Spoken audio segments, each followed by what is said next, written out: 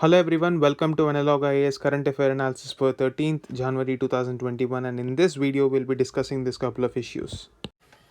This article is titled Decoding the Code on Wages. The central theme of this article is to understand about the cost incurred to the company because of this new code on wages. So just to give a brief background about the code on wages, as you all know that the factors of production, namely land, labor, capital, form the central aspect of any economic activity. In order to ensure ease of doing business, the intangible element of this ease of doing business is the ease with which we can access this labor. Now, compliance of labor laws, acquiring land, and getting access to cheap capital, these are the determinants of a successful business. In this, labor has been a point of contention for a very long time in India, and because of this, the government has tried to ease the laws. The reason why it was a contentious issue is because states and center can both legislate on this, and this led to a multitude of laws. And secondly, when we're talking about the minimum wage, this was not ensured by a lot of states as well. In order to correct these anomalies, the code on wages was introduced in the parliament last year and it was passed. So, as a result, what happened was there were four laws which decided how payment was made to various sections of the people. One is the code on wages, the other one is with respect to payment of bonus, the other one is with respect to gender equality, that is equal pay for equal kind of a work, and the next one is about how the legal implications would be like if the wages were not paid on time. So this is the Payment of Wages Act. So all this were subsumed under this code on wages. It addresses various aspects of this. Now after this code was passed, there was a lot of discussion and debate whether the cost incurred by a company is actually going to increase, given the fact that this bill has actually raised the bar for a national floor wage. And in this context, the article tries to throw some light on this issue and give a clarity. So, if we take a look at the categorization adopted by the bill, there are two kinds of employees. The word employee generally means both administrative as well as physical labor. But when we take a look at the section 2Z of the code, it specifically talks about workers. Now, these workers are categorized under skilled, semi skilled, and unskilled.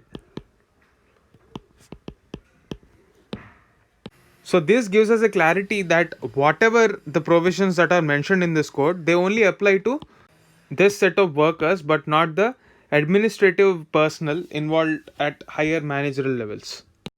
Another factor here is overtime.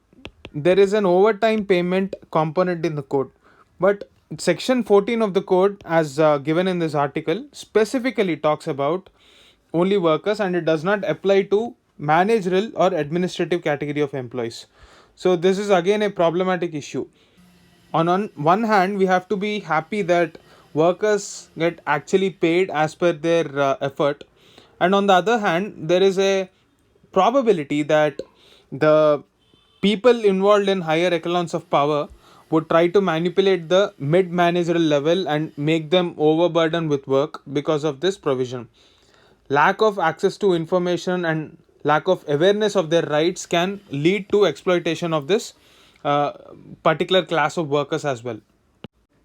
Two more concerns raised include one, with respect to the payment of wages after 72 hours from firing, and the second one is with respect to notifying the threshold for the people who are eligible to get a bonus.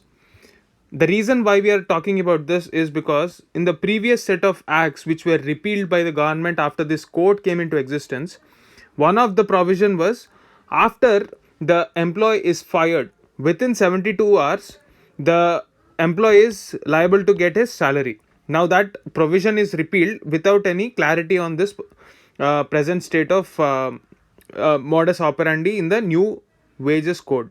So that is one issue that the government must notify. The second one is bonus previously was applicable to only those people who are getting a salary of 21,000. Anyone above that are not entitled to get this bonus. The new code, after repealing the old codes, have not mentioned clearly or did not notify the upper threshold who would be eligible to get this bonus. There were also concerns with respect to the impact on HRA, dearness allowance, etc., because of the technical issues involved in the code of wages. Going into the details is not really important for UPSC exam, but what is relevant in this discussion is the fact that these changes which were made are only to empower the vulnerable sections, that is workers who are earning a very low wage, but it is not going to impact significantly the managerial positions or what we know today as the organized sector white collar jobs. So if a question appears on the critical appraisal of code on wages, all these points can be mentioned. So that is the gist of this article. This is a very important news, because the government has recently notified the management effectiveness evaluation of 146 national parks and wildlife sanctuaries in the country. We know that in 1976 forests have been moved to the concurrent list. The reason is better management of this conservation.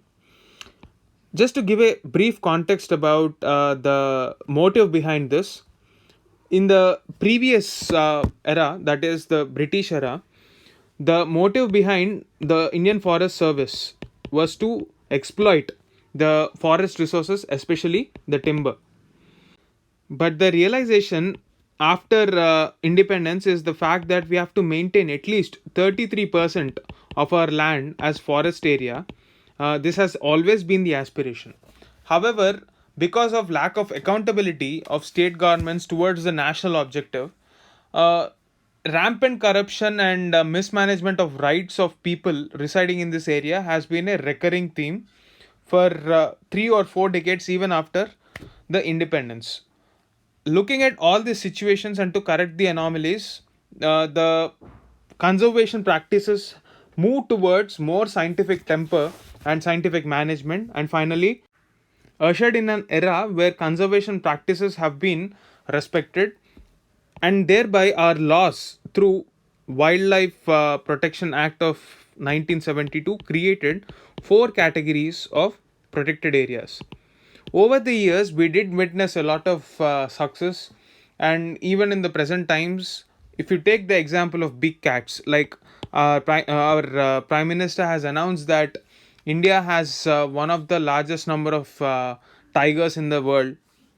And yesterday, even in the report release press meet, our environment minister Mr. Javadekar has mentioned that 70% of the global tiger population or Asiatic lions or 60% of leopard population in India is an indicator for biodiversity health. Now, why do we say this? Whenever you take a food pyramid, if the topmost predator is in abundance, it only indicates that the health of the ecosystem is very sound. Because if ever there is any problem at the base of the pyramid, eventually it will lead to the collapse of the upper levels of trophic levels. So if you take a look at the ecological pyramid, if the primary producers are threatened, the primary consumers that depend on this primary producers will be threatened, and the predators which depend on these primary consumers will eventually vanish. Given the fact that we have a healthy trend of predators, it signifies the strength of our or ecological integrity of our ecosystem. So as a important information for our preliminary exam, we have to understand that Tirthan Wildlife Sanctuary and Great Himalayan National Park in Himachal Pradesh have outperformed every other protected area in the country, and the Uttar Pradesh's Turtle Wildlife Sanctuary is the worst performer. Now, one major factor that we have to remember here is this Great Himalayan National Park that is present in Himachal Pradesh is often confused by a lot of aspirants for the Valley of Flowers National Park that is in Uttarakhand. Please don't do that mistake. Similarly, when we're talking about the Tirthan Wildlife Sanctuary, it is a part of this Great Himalayan National Park in Himachal Pradesh. So, this site is a World Heritage Site and it is known for its conservation. In this area, the important thing that we have to note is all the high altitude flora and fauna are found here because Himachal Pradesh is a Himalayan state, and naturally, all the high altitude animals like mountain goat, etc., are found in this region. Also, Tirthan Valley is one of the most beautiful ecotourism spots in northern India. So, a tool like this, which objectively tries to showcase which sort of protected areas needs to work upon their conservation efforts, is a welcome sign for management of our ecosystem services. Ecosystem services are equally important because without those services, human survival would become very difficult in times to come. We have witnessed the wrath of COVID 19 and how difficult it would be to work against nature. We have been racing against time to achieve the objectives that vaccine makers are trying to give, but climate change is a bigger issue. We cannot escape the impact of climate change. So, tools like this come in very handy and can be used as an example of management practices to have this desired effect of reducing the climate change impact. So, that is the gist of this article.